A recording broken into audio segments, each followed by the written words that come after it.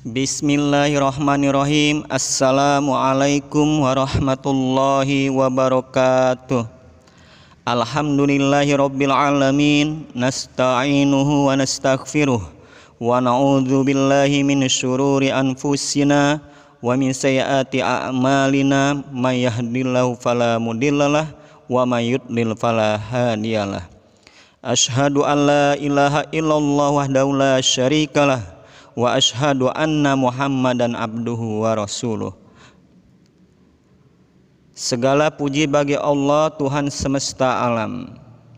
Berkat rahmat dan hidayahnya lah kita masih diberi kesehatan hingga pada pagi yang cerah ini anak soleh dan soleha masih tetap ceria dan selalu semangat dalam belajar. Sholawat serta salam mari kita sanjung agungkan kepada Nabi besar Muhammad sallallahu alaihi wasallam, sauri tauladan umat manusia dan rahmat bagi seluruh alam.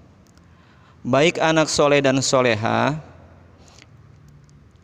di pagi yang cerah ini kita belajar kembali dalam pelajaran akidah akhlak. Sebelum kita mulai belajar, agar mendapat keberkahan dari Allah Subhanahu wa taala, kita buka pelajaran ini dengan membaca lafaz basmalah. Bismillahirrahmanirrahim. Ayo anak soleh dan soleha, kita mulai saja pelajarannya. Buka halaman 41, yaitu tentang akhlak tercela.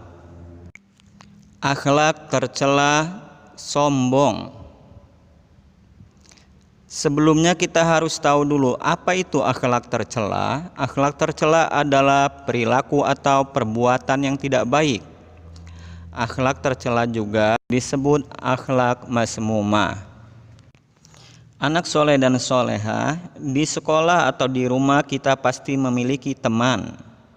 Keadaan teman-teman kita pun pasti berbeda-beda. Misalnya di kelas ada teman yang mendapatkan ranking atau tidak.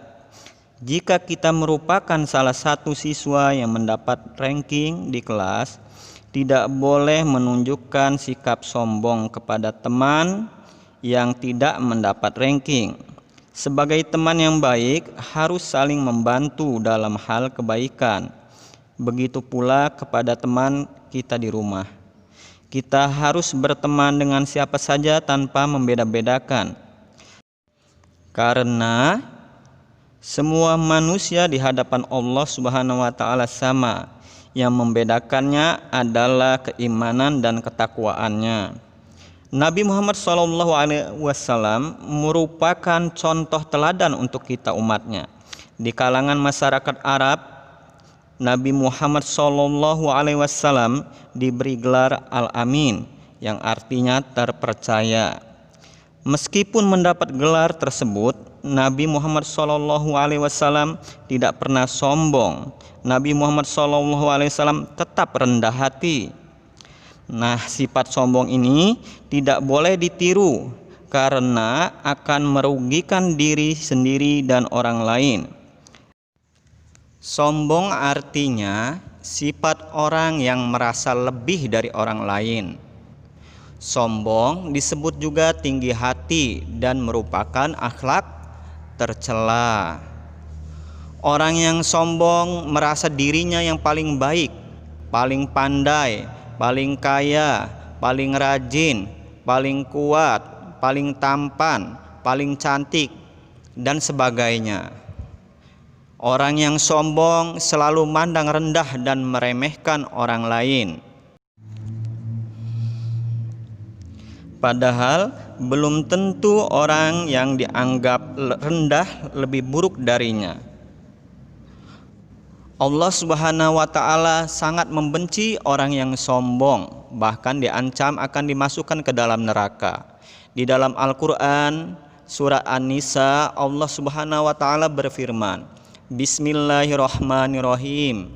Innallaha la yuhibbu man kana mukhtalan fakhura. Artinya, sesungguhnya Allah tidak menyukai orang-orang yang sombong dan membangga-banggakan diri. An-Nisa ayat 36. Kebalikan dari sifat sombong adalah rendah hati, yaitu sikap saling menghargai orang lain dan tidak menganggap rendah orang lain. Agar terhindar dari sifat sombong, kita harus satu, menyadari bahwa nikmat yang kita terima adalah karunia dari Allah yang harus kita syukuri. Yang kedua, menyadari bahwa semua kelebihan yang kita miliki tidak kekal. Seperti kita memiliki kelebihan orang kaya dapat menjadi miskin. Orang cantik dan tampan pun dapat berubah menjadi buruk.